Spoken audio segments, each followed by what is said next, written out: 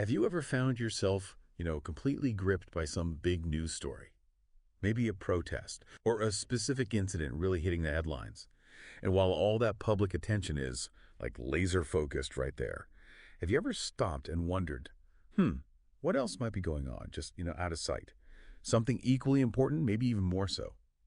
Well, today on the deep dive, we're going to try and cut through some of that noise. We're unpacking a really compelling and honestly sometimes pretty stark situation. It involves urban policing, public perception, and the intense realities happening on the ground.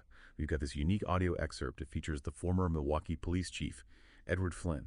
And alongside that, some really powerful crime statistics that go with it. Our mission here really is to give you a much more nuanced understanding of the huge challenges city leaders and police departments face every single day. Think of this as maybe a shortcut, a way to understand that really complex interplay between the immediate public reactions we see and those often hidden daily crises that just quietly unfold. So to really get into this, let's start with the central figure here, Edward Flynn.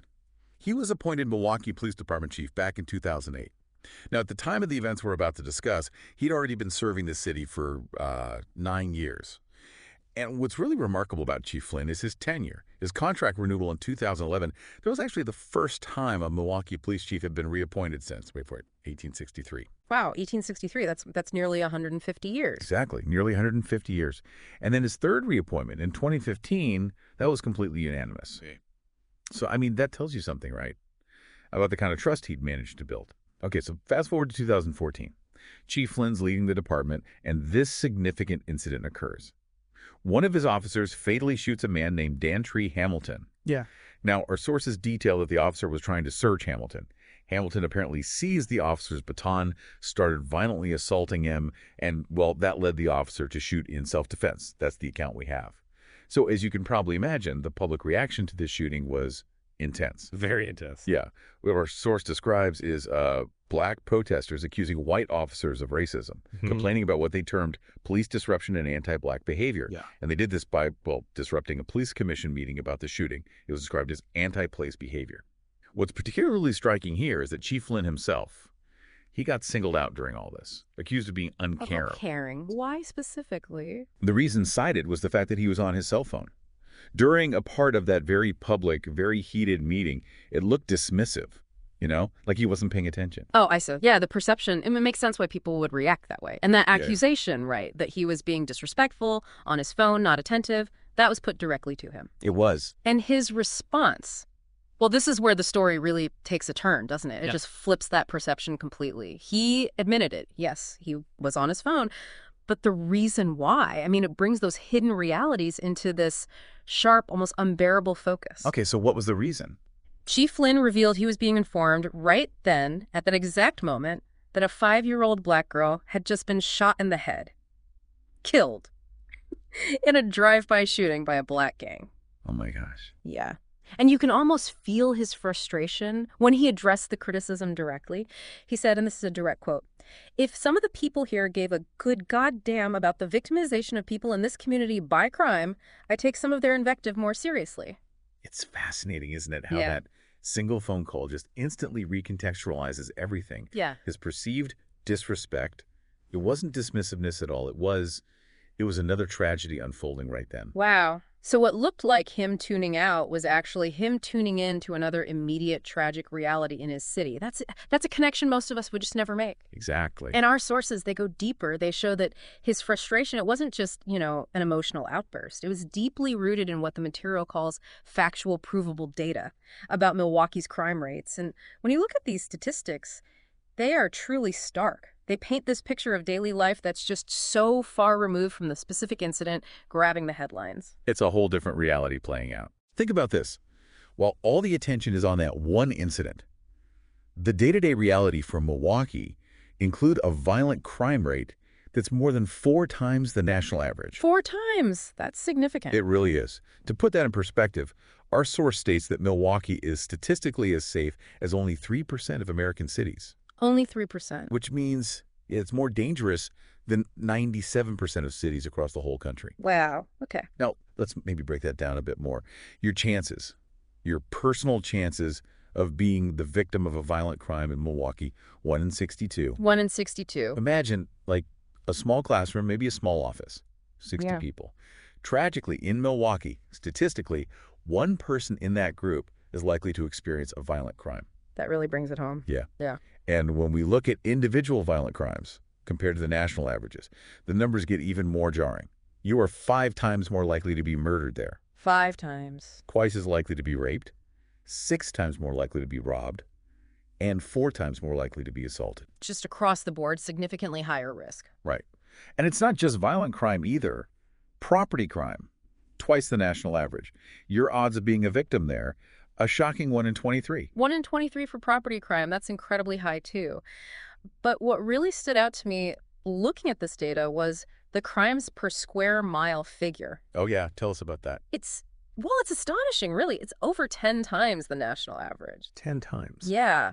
Our source uses this vivid comparison. It says it's comparable to the entire population density of Florida, but picture that density as crimes, not people. Okay, that's hard to even grasp. It is. And it goes on, if Milwaukee's crimes per square mile were actually people per square mile, it would rank as the 8th most densely populated state in the entire U.S., more dense than, say, Pennsylvania, Ohio, California. So it just paints this picture of relentless daily challenges, right? This constant background hum of crisis that the police and Chief Flynn were just living with every single day. Absolutely. Constant pressure.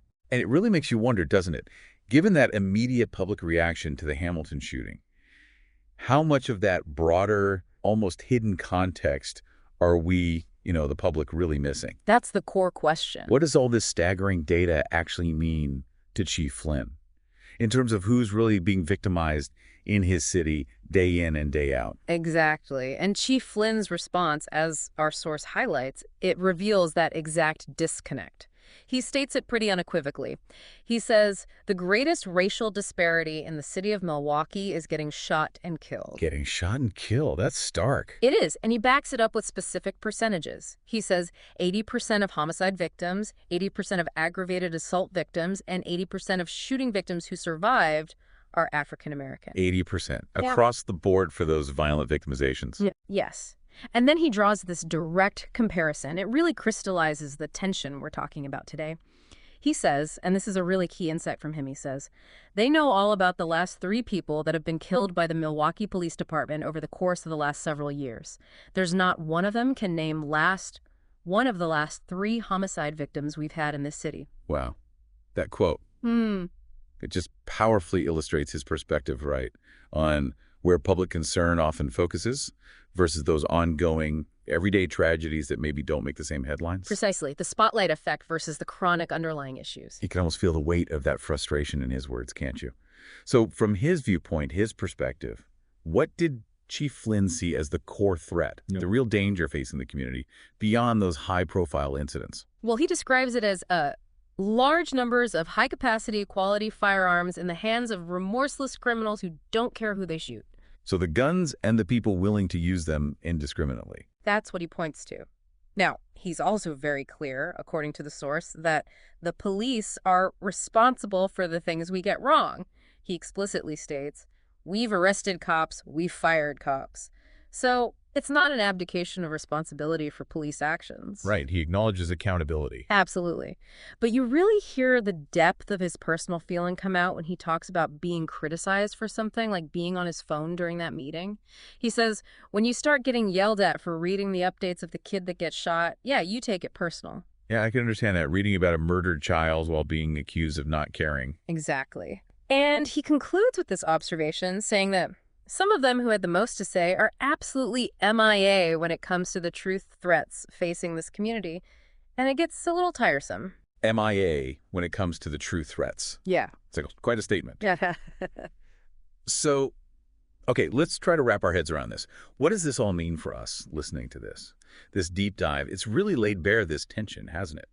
Between the immediate public focus on one specific, often really visible incident, and then this broader, often hidden, ongoing crisis that communities and, well, first responders are facing every single day. It really has. Chief Flynn's raw perspective, especially when you couple it with those incredibly stark crime statistics, it just powerfully illustrates that complexity. It shows there are often multiple crises happening simultaneously. Yeah. And understanding this particular deep dive, It really helps you, the listener, I think, grasp those multi-layered challenges within urban environments. It definitely sheds light on the different lenses, the different ways events are perceived and reacted to, whether it's by the public or activists or the people on the front lines dealing with daily violence. Different perspectives, different priorities, sometimes based on very different realities being experienced. So this deep dive showed us the raw, immediate pressures, the kind faced by people in leadership roles like Flynn's. And alongside that, this stark data on urban crime. It really does raise an important question, I think, something to maybe ponder. When all the public attention is focused on one incident, one flashpoint, how do we also acknowledge and maybe even address those broader persistent challenges of crime, the ones that deeply impact communities every single day, often far away from the cameras?